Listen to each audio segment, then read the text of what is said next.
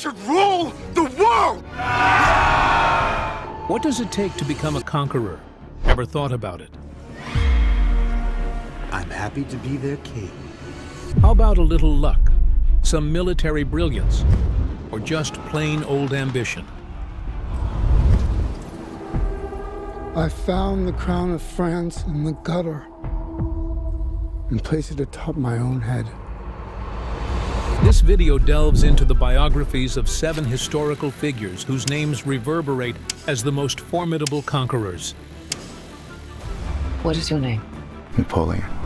Has the course of my life just changed? Napoleon. From the cunning strategist Napoleon Bonaparte to the terrifying Genghis Khan, every tale is a tapestry of influence, ambition, and power. Let's unveil these great stories and find out what it takes to become a legend.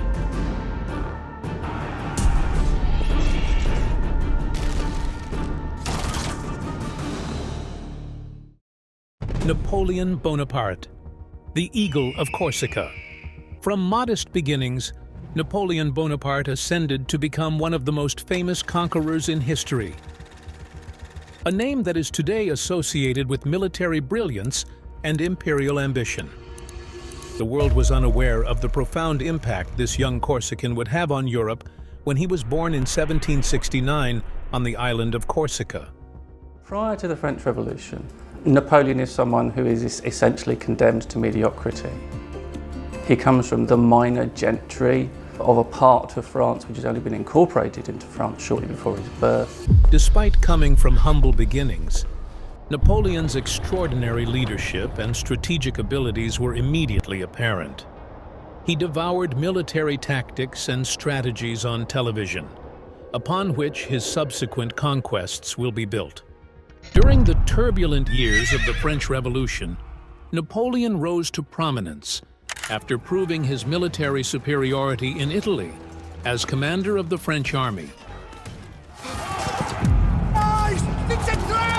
Uncover the cannon!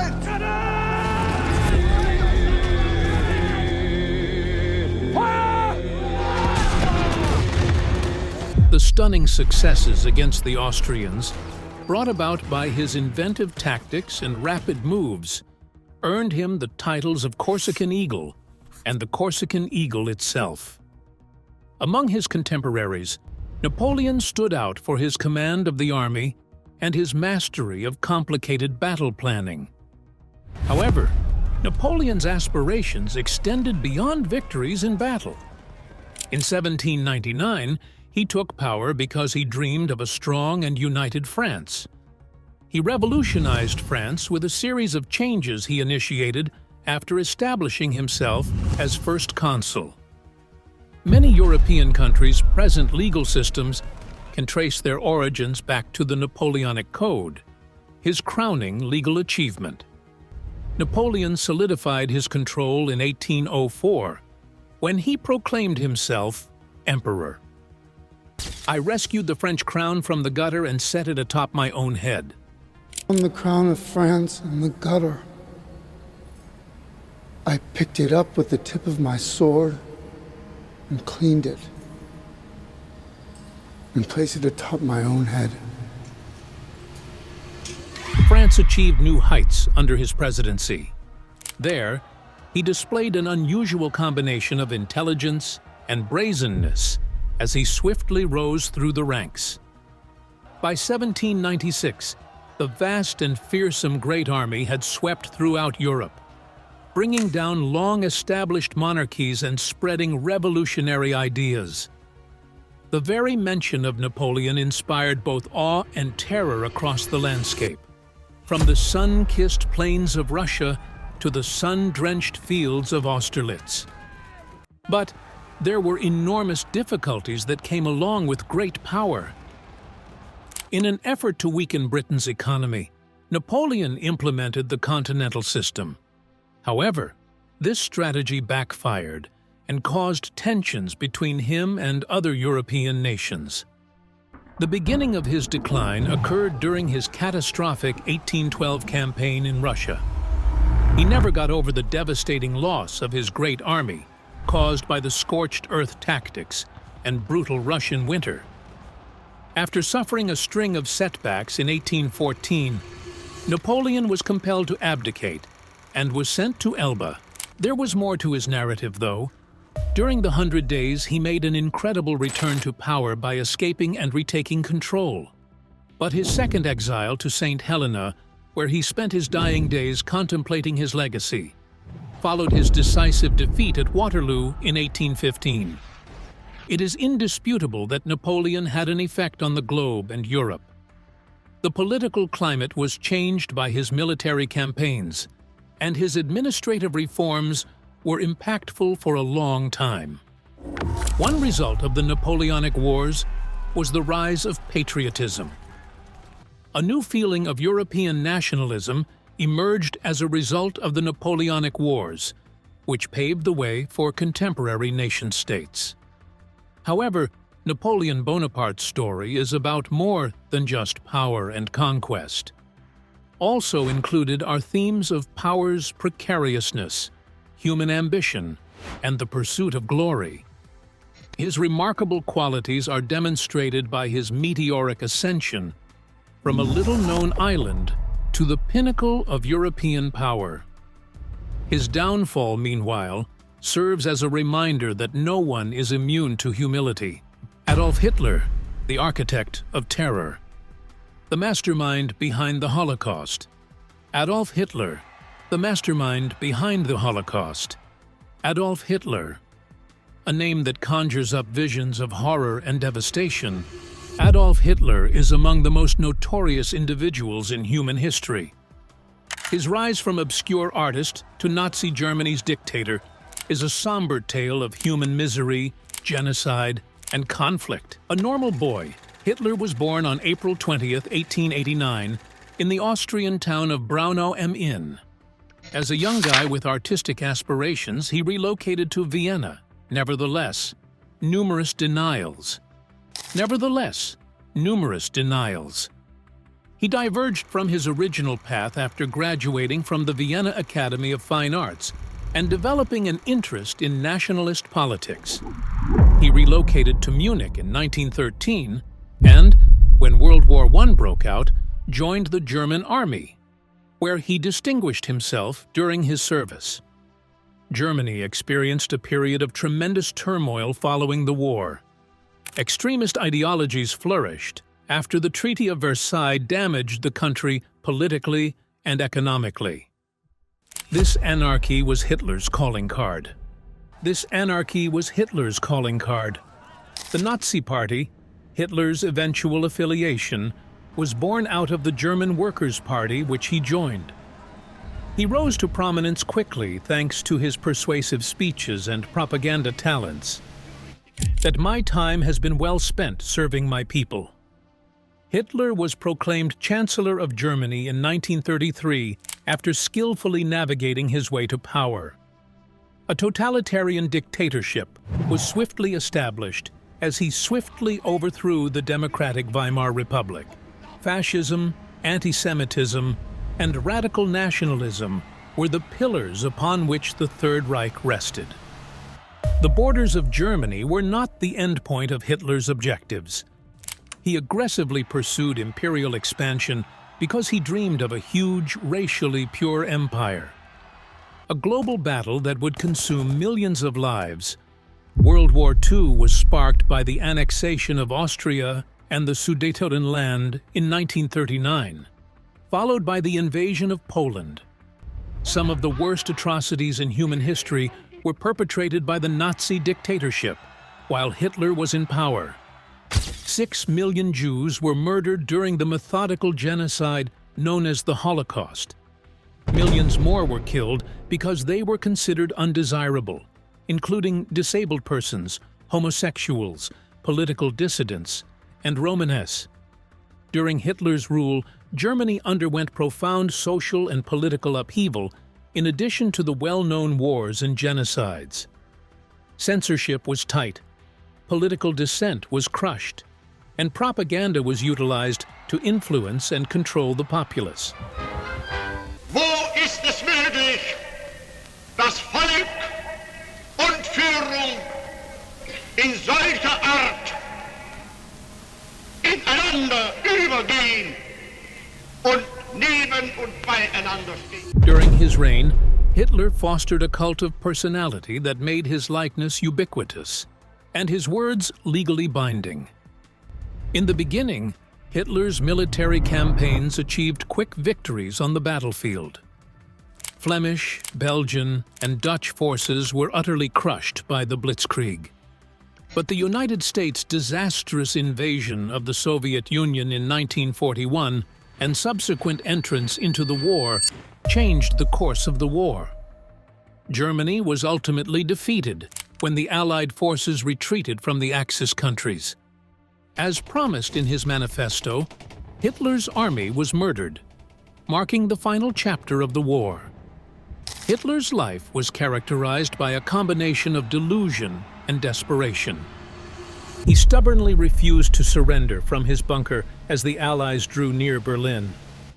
His death was a self-inflicted wound on April 30th, 1945, the day the Third Reich collapsed. Europe was devastated by the fall of Hitler's tyranny. Millions of individuals were either killed or severely injured, and cities and economy were leveled. After the war ended, prominent Nazi officials were tried for war crimes at the Nuremberg trials, which set a precedent in international law. Thinking about Hitler's legacy makes you realize how dangerous extreme ideology and unbridled power can be. Unfathomable atrocities can be unleashed through the use of terror, propaganda, and fact distortion, as demonstrated by his rule. In order to ensure that the worst parts of history don't happen again, it's crucial to remember them. Attila the Hun. Today, we will reap their empire! The name Attila the Hun alone evoked images of savage invasions, merciless raids, and a terrifying reputation that would live on in Roman Empire history as the scourge of God. Although his reign was brief, it presented the Roman world with one of its greatest challenges. During his formative years, Attila was influenced by the nomadic warrior culture of the Huns, who were born in the Eurasian steppes around 406 AD. He would eventually become the fearsome ruler of an empire that spanned all of Europe, having risen from humble origins. After originally sharing the reign with his brother Bleda, Attila came to power in 434 AD. In addition to his formidable fighting skills, he was a brilliant strategist and diplomat. As a commander, one of his initial tasks was to forge a peace accord with the Eastern Roman Empire, which resulted in substantial yearly tribute payments to the Huns. But Attila's rule was not characterized by enduring tranquility. When Attila was in charge, the Huns were unstoppable. They terrorized the Roman provinces, and the numerous Germanic tribes with their lightning-fast horse raids and composite bows. A key component of Attila's strategy was his penchant for sudden, unexpected attacks that he would leave behind a path of destruction. Beginning with an invasion campaign across the Danube in 441 AD, he would go on to test the might of the Western and Eastern empires in a succession of invasions. Roman dynasties. Nisus, Sirmium, and Ratiaria were conquered by the Huns, demonstrating Attila's dogged drive for conquest and conquest at any cost. The invasion of Gaul in 451 AD is arguably the most well-known event in Attila's career. Attila devastated the Western Roman Empire with an army that was heterogeneous in composition, including both Huns and other Germanic allies. At the gruesome Battle of the Catalonian Plains, Roman general Flavius Aetius and a coalition of Germanic tribes were able to stave off the Hunnic invasion. The fighting was so brutal that Attila was still not done, even after this defeat. He moved his terror campaign to the center of the Western Roman Empire in 452 AD, when he set his sights on Italy. Rome itself was terrified of Attila, and cities like Aquileia were leveled.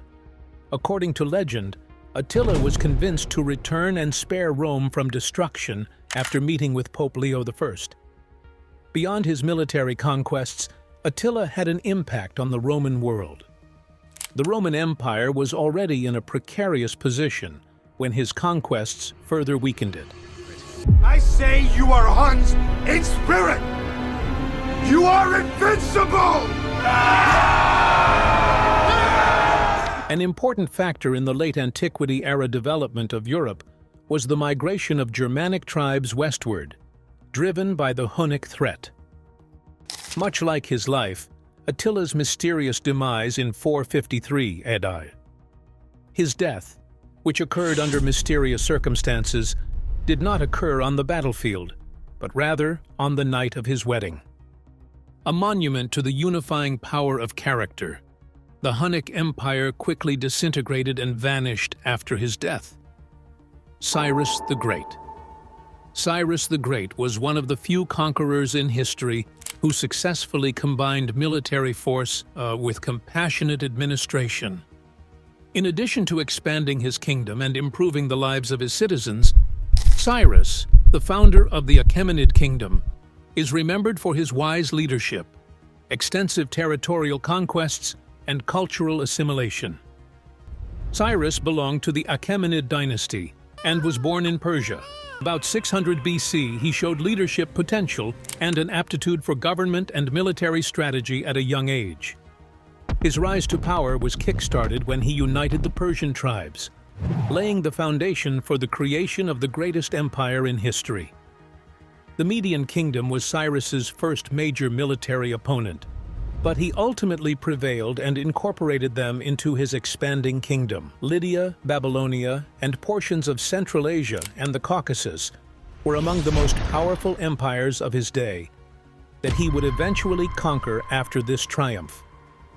Conquering Babylon in 539 BC was a major accomplishment for Cyrus. Cyrus went into Babylon with the intention of freeing the people rather than plundering them like some other conquerors might. Famously publishing the Cyrus Cylinder, commonly regarded as the earliest charter of human rights, he showed tolerance for Babylonian customs and religions. He vowed on this clay cylinder to return exiled people to Babylon, repair the city's temples, and make life better for the people of Babylon. Concerning cultural tolerance and respect, Cyrus instituted policies that were groundbreaking for his day. Cyrus will set us free if the prophecy is right.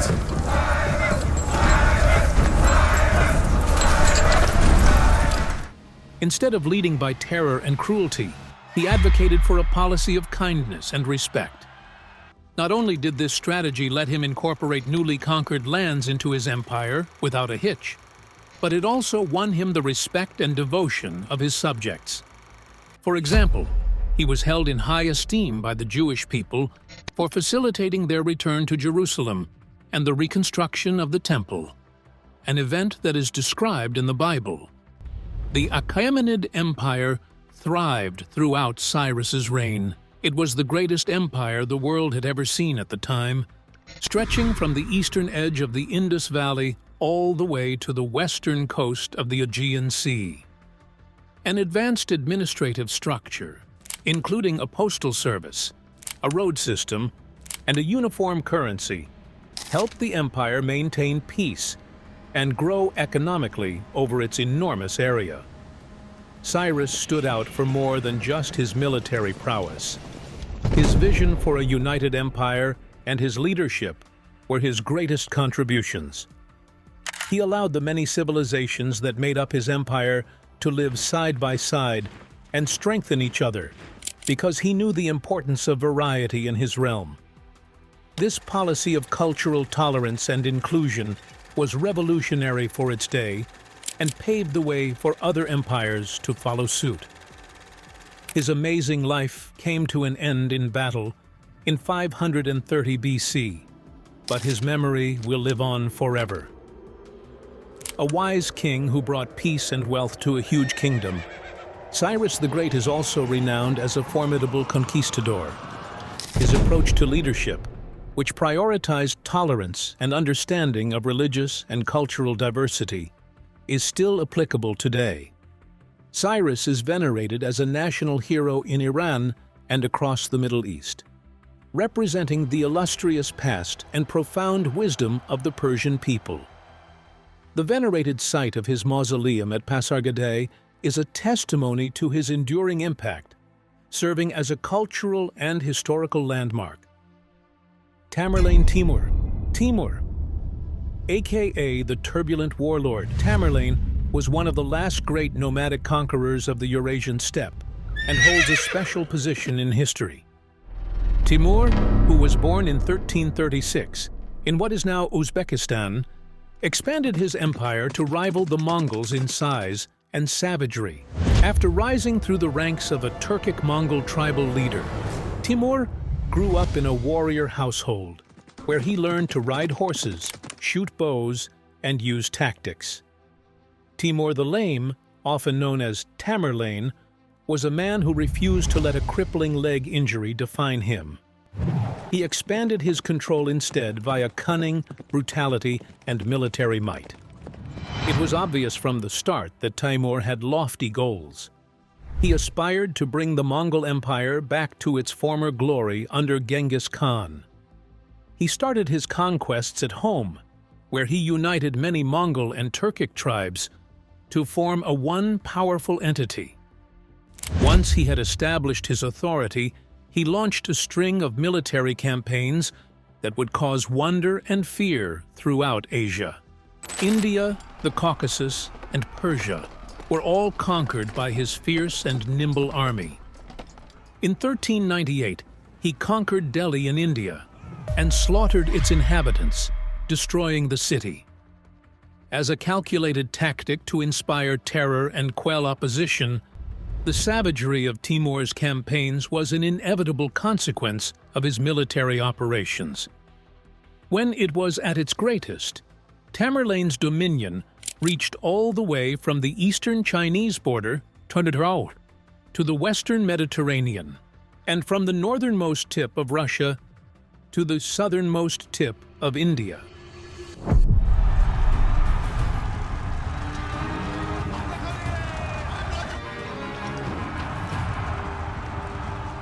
There was massive devastation throughout his conquests, but there were also great intellectual and cultural interactions as a result.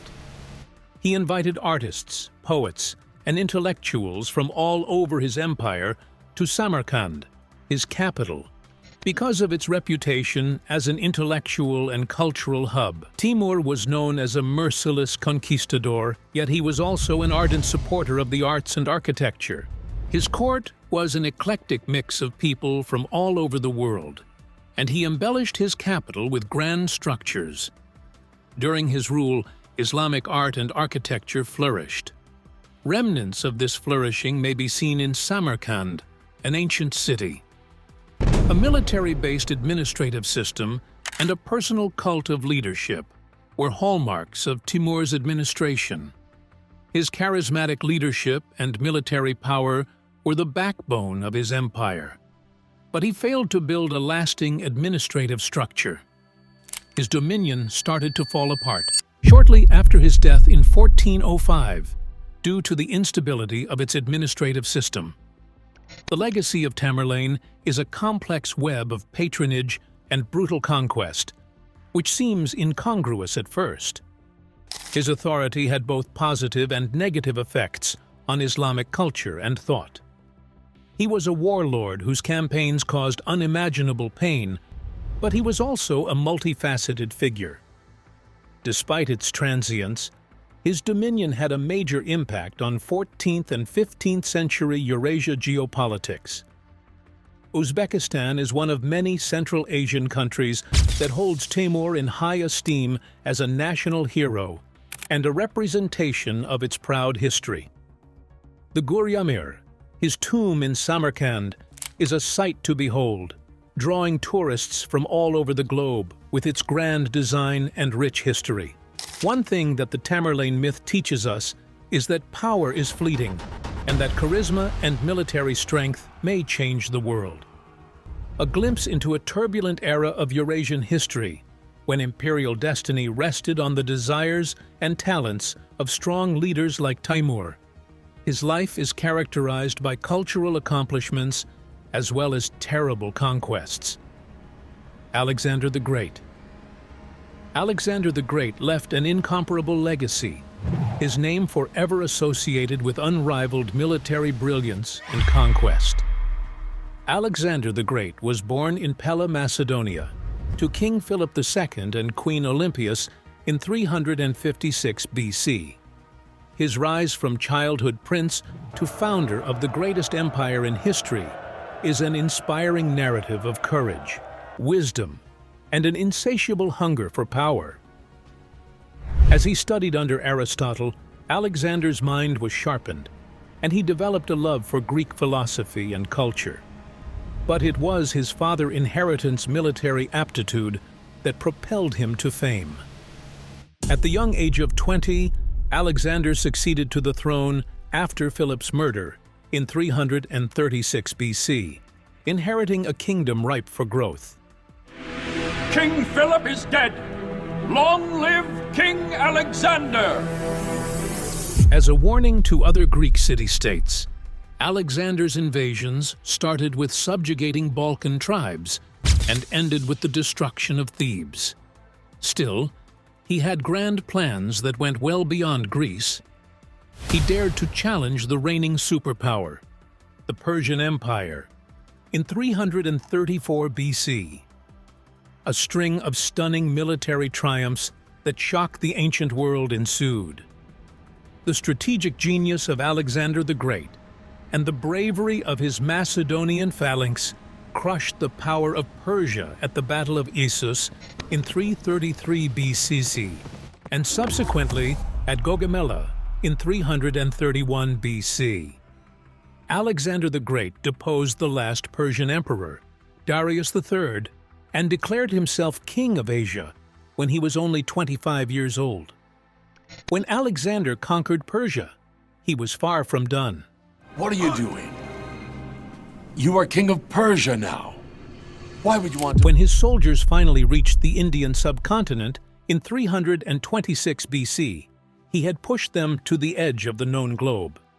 While in India, he met with strong opposition, the most notable of which was King Porus at the Hydaspes River battle. This battle was a turning point, even though we won. Alexander consented to go back west because, to the exhaustion of his army and the possibility of more seemingly interminable campaigns.